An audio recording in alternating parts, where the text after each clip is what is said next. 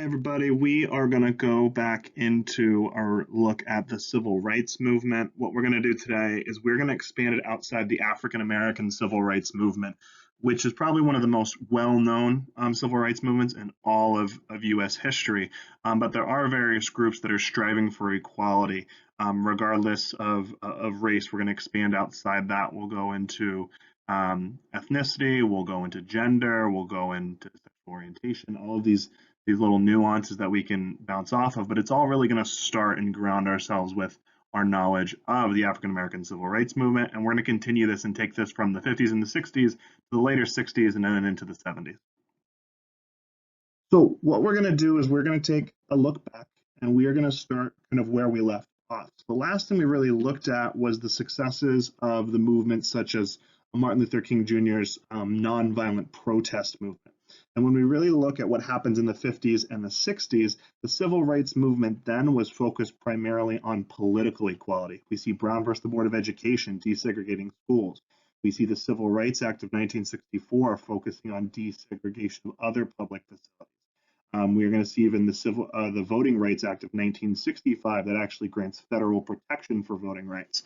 But after 1965, there's going to be a huge shift from this nonviolent style of protest to much more militant or violent style.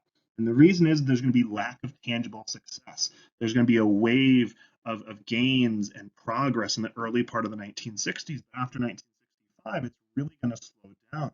And the shift in the focus after these political rights have already sort of been achieved can be moving much towards economic inequality and trying to solve those issues. The problem is there's not a lot of success, so people are looking for a different way of achieving that socially.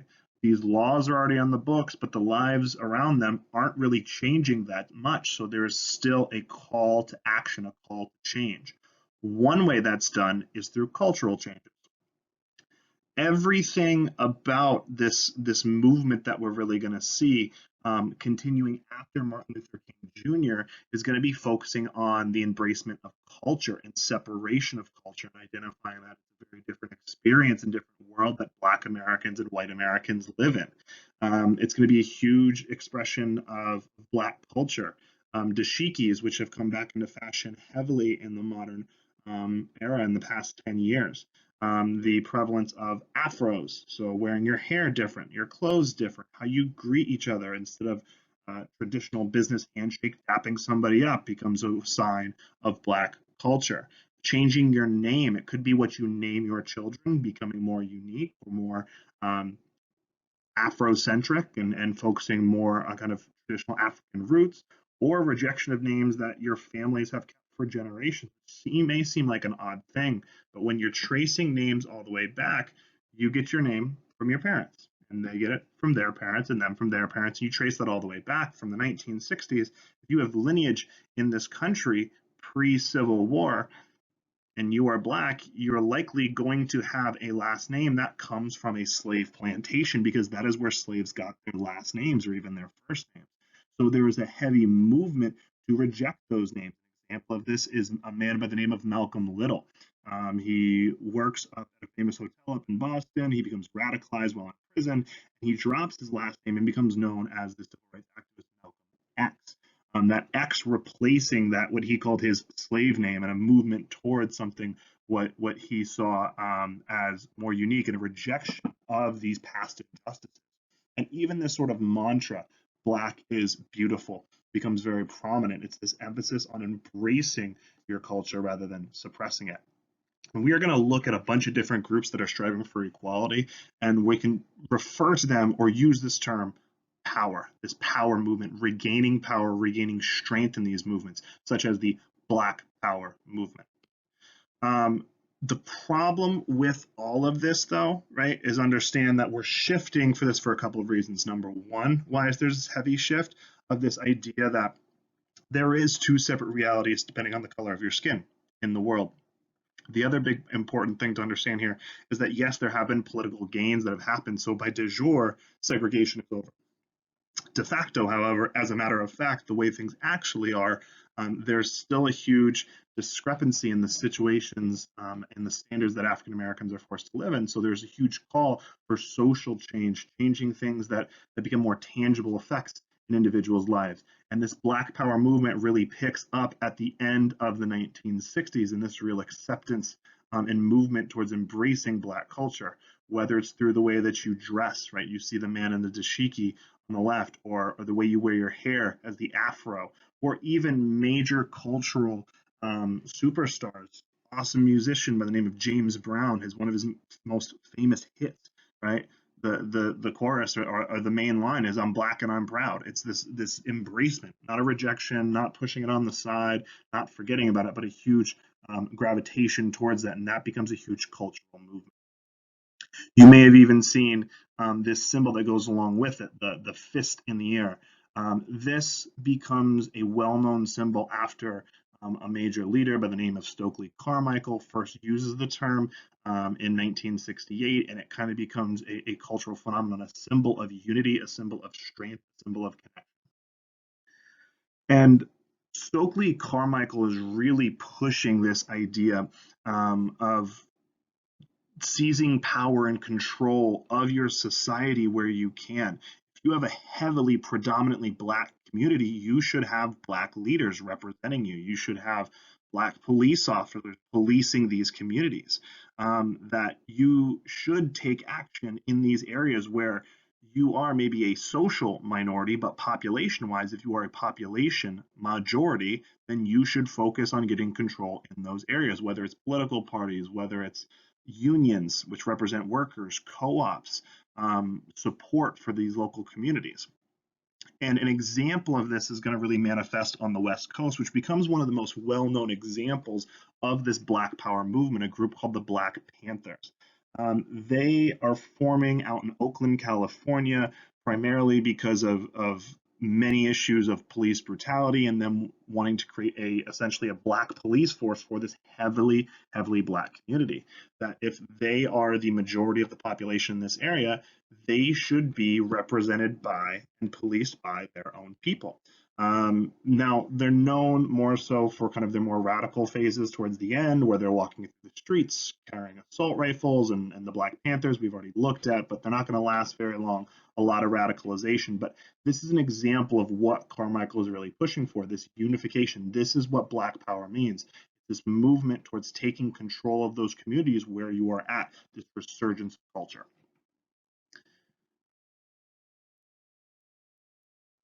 Now, there are many other groups besides African Americans during these time periods that are calling for civil rights or trying to gain equality.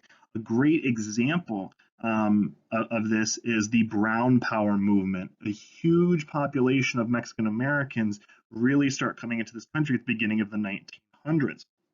Because they become a huge portion of the population in the South, especially Southwest parts of the United States, there is going to be kind of a movement that builds outside of these other groups when they see success and gains by other minority groups like African Americans with Martin Luther King Jr. Many groups are going to piggyback off of that and really start to be inspired by that. So that's one of the bigger reasons why MLK is so important, is he doesn't just affect his own racial group, his own minority group, that he actually impacts other people, inspires them to take action. Example of Mexican Americans really unionizing or kind of coming together is a group or a movement called La Raza.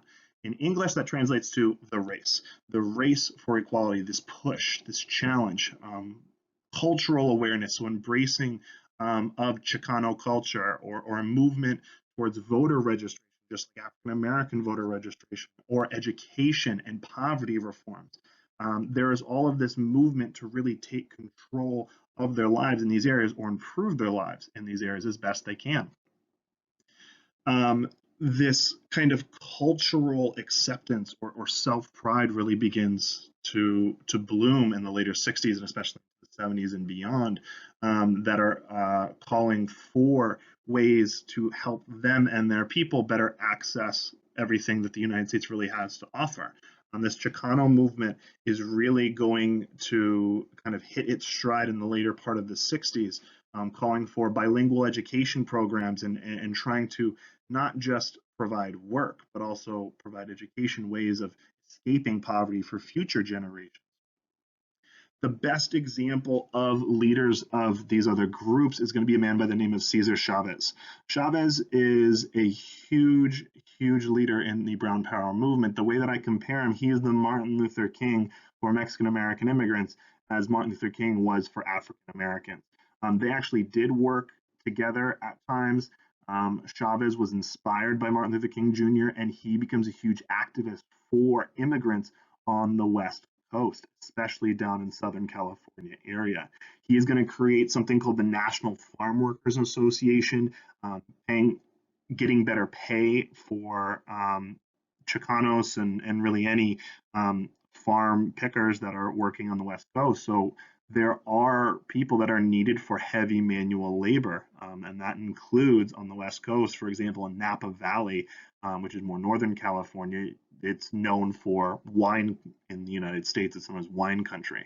And in order to do that, you need to carefully pick all of these grapes. And so there are people that are organizing for kind of these migrant farmers or these kind of farmhands that are doing this massive amount of manual labor, but are not getting much representation, are not getting very good pay, are being exposed to terrible conditions, harsh conditions, and need protection. And so Chavez is going to help unionize these farmers together to demand for better pay, going against these giant American corporations on the West Coast.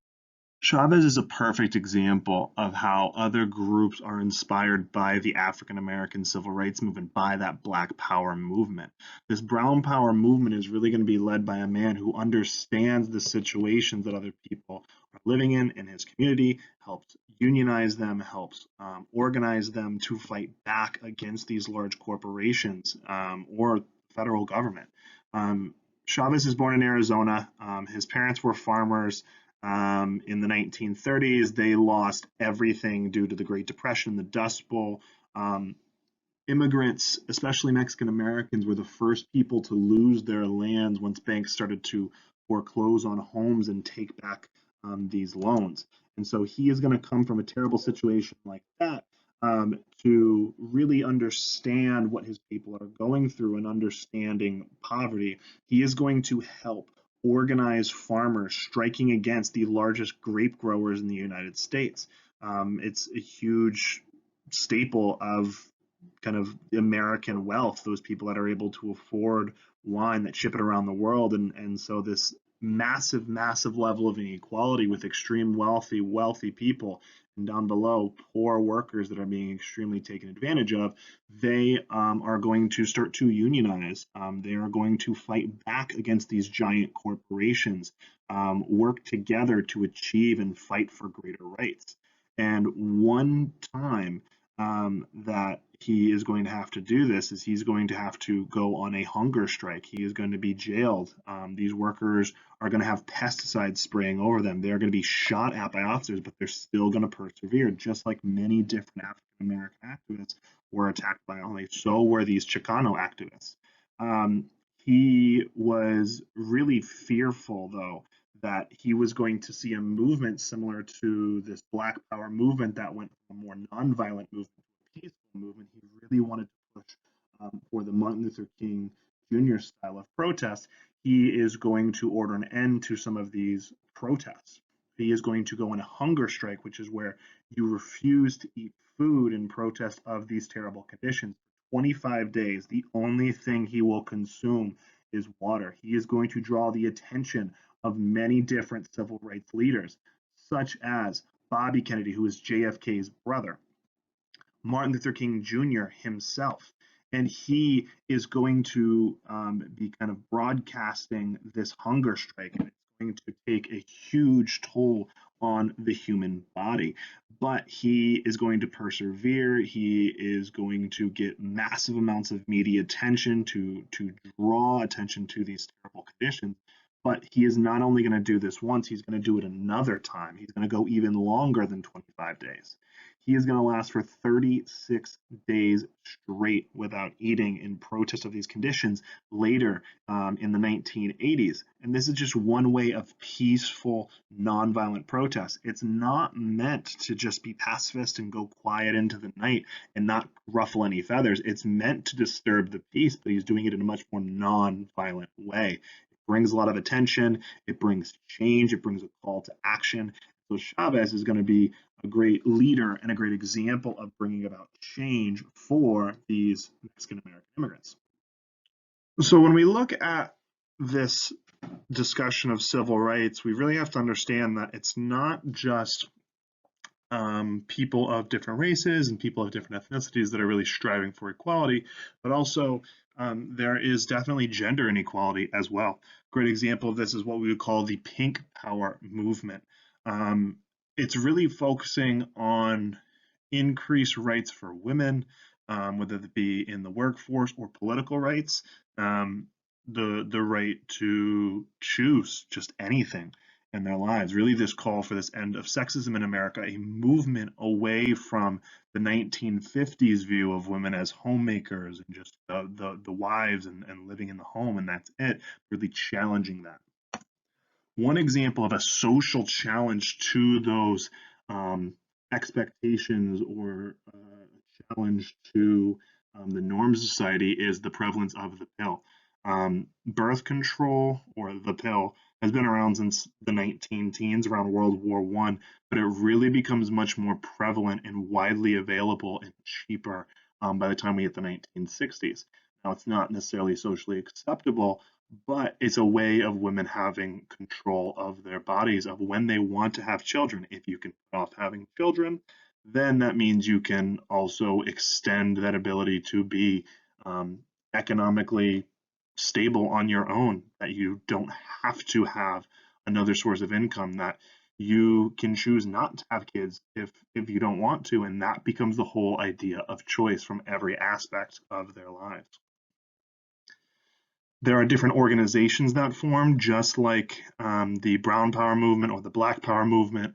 There are other forms of organizations that happen, such as the National Organization of Women, or NOW, calling for different forms of equality, like economic equality, equal pay in the workforce, different forms of laws, child care laws, rape laws, abortion laws, protection for women.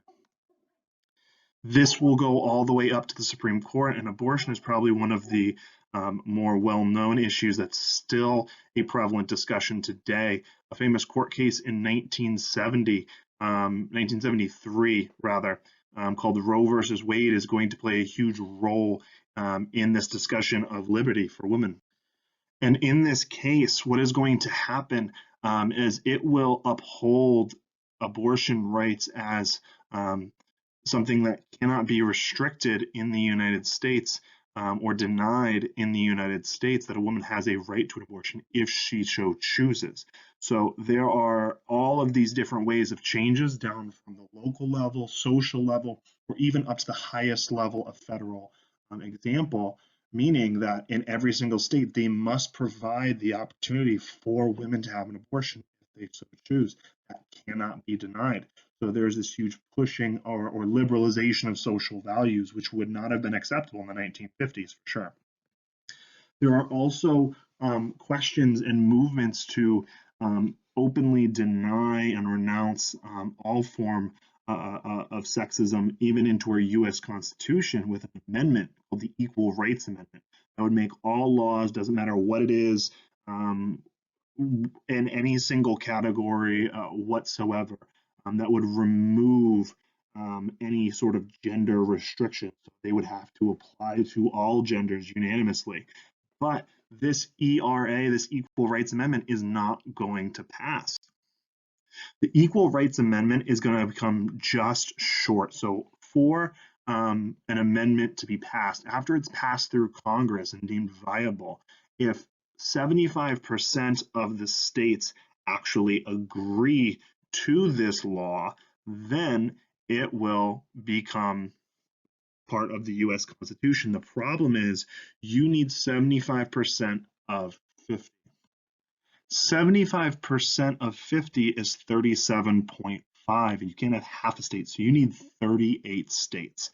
They are going to get 35 states that are willing to ratify this amendment. They come 3 states short.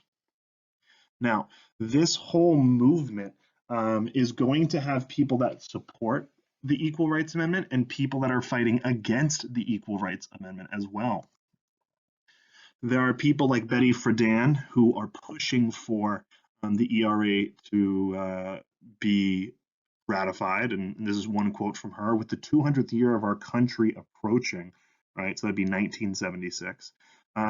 It's about time equal rights are extended to all Americans. But there are many people that are actually also fighting against the ERA, and not all of them are just men, as what you would normally assume. There are women that are actively pushing against the ERA. And there's a woman by the name of Phyllis Schlafly.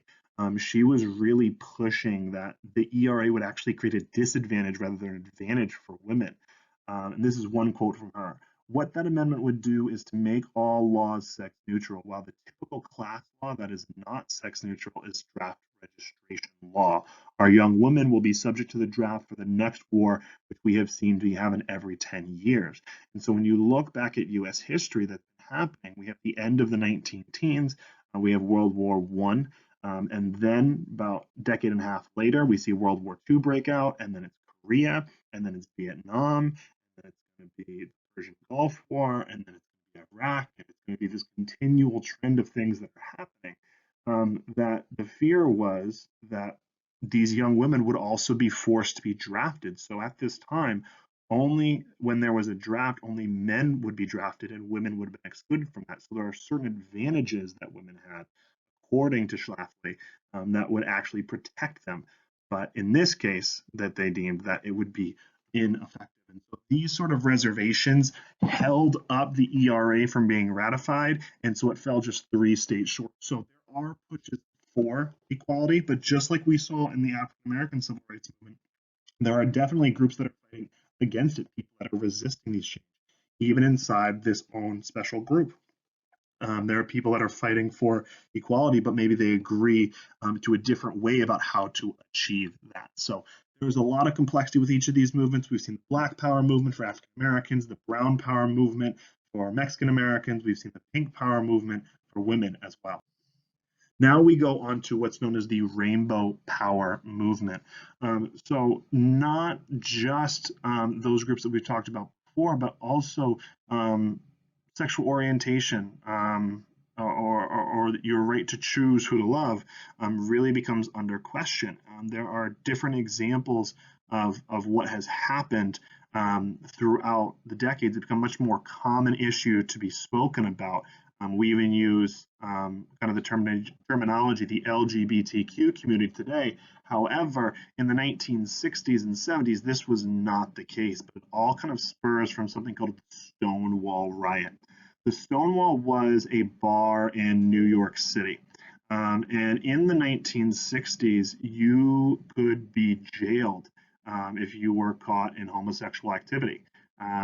So what happened was the police found this kind of, it was almost like a speakeasy, if you will, kind of this secret gay bar, came in, broke up the bar and told them to leave. They refused to do so, and so a crowd starts to form, and instead of quietly just going back into their homes, they start resisting this kind of order to disperse, disband, and kind of this raid, and what becomes known as the Stonewall Riot breaks out, and this big movement of a gay pride really starts to spur at the end of the 1960s, but more so beginning of the 1970s as a result of this movement. It's going to call for an end of discrimination of people that are homosexual, rallying people to come out, meaning to say that they are homosexual, because it was not socially acceptable to openly state that you were homosexual. There were various legal and social penalties that could come along with it. The American Psychiatry Association used to label homosexuality as a mental disease, and they're going to end that classification and remove it. Over half of the states changed different laws on sodomy and employment. If you were homosexual, if you were engaging in homosexual activity, again, you could face penalty. There were laws on the books that prevented this, labeling it obscenity, and you could face jail time and penalty, and you would have a criminal record for being homosexual. And so there are different states that are changing it. Is it perfect change? Absolutely not. And there's still a protracted struggle, and we've seen many more gains for this group in the later part of the 2000 teens this past decade, but there's still a lot of change to be seen, just like we've seen massive amount of change for the African American civil rights movement in the 50s, 60s. But there's still more change to be had in that regard as well. Other groups that are still striving for equality, the Red Power movement for Native Americans, American Indians, as they may be referred to as well. But this kind of Native pride movement is really this call back to regain lost lands. If you think all the way back to the post-Civil War era, westward expansion, the issues with the Battle of Little Bighorn and the Battle of Wounded Knee and the forcing onto these reservations and this huge repression of Native American culture, there is a cultural resurgence that really booms in the 60s. A group called the Indians of All Tribes is going to bind together as sort of, again, a native pride movement. They're going to go to Alcatraz Island, which is off the coast of San Francisco, a very, very famous prison. And they are going to call a lot of attention to the movement by occupying Alcatraz, this abandoned island, flying flags and writing on the walls so that it can be publicized to the rest of the nation. Now, Alcatraz is on an island. It's in the middle of sort of the San Francisco Bay Area, San Francisco, Oakland, as you can see here on this map. And spray painting on the walls of the concrete walls, you're on Indian land, calling back to all of this native land that was stripped from natives throughout the centuries that Europeans came on this continent and throughout American history that you've seen. There is going to be a call back to Native American song and Native American dance and dress. And they are going to occupy this island. It is going to draw a lot of attention, especially on the West Coast, to this series of inequality and this series of repression that they've seen throughout their history, especially in the past couple hundred years. But massive amount of groups are going to come out. It is going to be a huge embracement of Native American culture in dress, in name, a resurgence in language. And this is going to be another call for reparations for what has happened and calls and pushes for equality.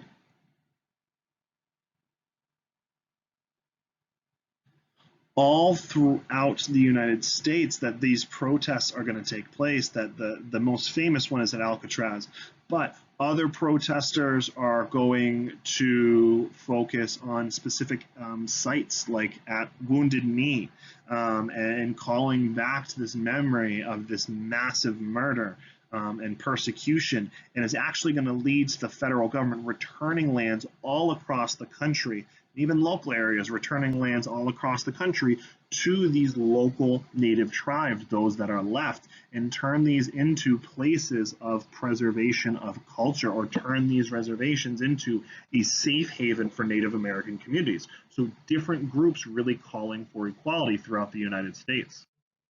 You'll even see a group that we haven't necessarily focused on much in-depthly, but we've seen changes from the West Coast, especially, and maybe you think about the gold rush in earlier parts of U.S. history, but the building of the Transcontinental Railroad, or we see this heavy emphasis throughout the 19-teens and 1920s of repression of immigrants. But Asian Americans are really going to feel heavy oppression on the West Coast as well, because they become a larger group of immigrants in the United States, but more so just on the West Coast. There is going to be a huge protest because at the same time that there's going to be heavy U.S. involvement around the world due to the Cold War, such as in Vietnam during the Vietnam War, different racial terms, such as the term goops that is used, or you are going to see calling for reparations or protections or repayment for Japanese Americans that were hurt in World War II, such as the internment camps.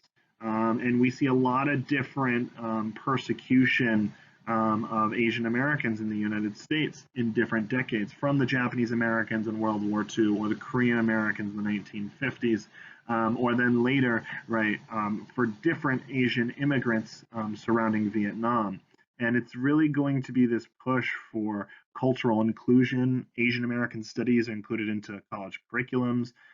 Greater health services expanded in Asian communities. And as I said before, kind of reparations or payments for those Japanese Americans that were forced to be interned into those concentration camps in World War II, and provide protection or help for those individuals.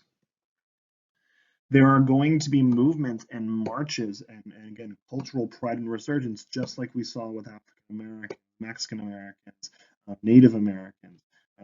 Pushes for protection legally or better access to rights, like that of the Pink Power movement or the Rainbow Power movement, or really any of these movements for equality, but just really understand the breadth of the groups that are really being impacted or changed during this time of massive social change. You're even going to see movements of unity, which I think is also important. Understand that these groups did not work isolated. Groups work together. For example, this is protesting the arrest of Huey Newton, who is the leader of the Black Panthers, right? Or you see that sign that the man on the left is holding. Yellow peril supports Black power, right? That this movement of coming together. You saw people like Martin Luther King Jr. and Cesar Chavez kind of corresponding together, or women supporting different equality groups. So these groups work together to build up that momentum to further that protection and that connection. So really what we're going to do is we're just going to take a quick kind of 10 to 30-second cool down of really just to look at what we just saw today. So the biggest thing to really focus on is that there are different minority groups that are all seeking for equality in the 50s, 60s, and 70s. And all of these different power protests or power movements used a lot of similar methods, and they would often sometimes support each other, like as we just discussed. You are going to see kind of active and really open protests, sometimes getting much more violent in the later 60s and the 70s than you saw in the 50s and the 60s. And there's a focus for not just civil rights, political rights, but economic rights as well. There is also going to be a heavier emphasis on cultural pride and awareness, right? We see these slogans like Black is beautiful, gay is good, sisterhood is powerful.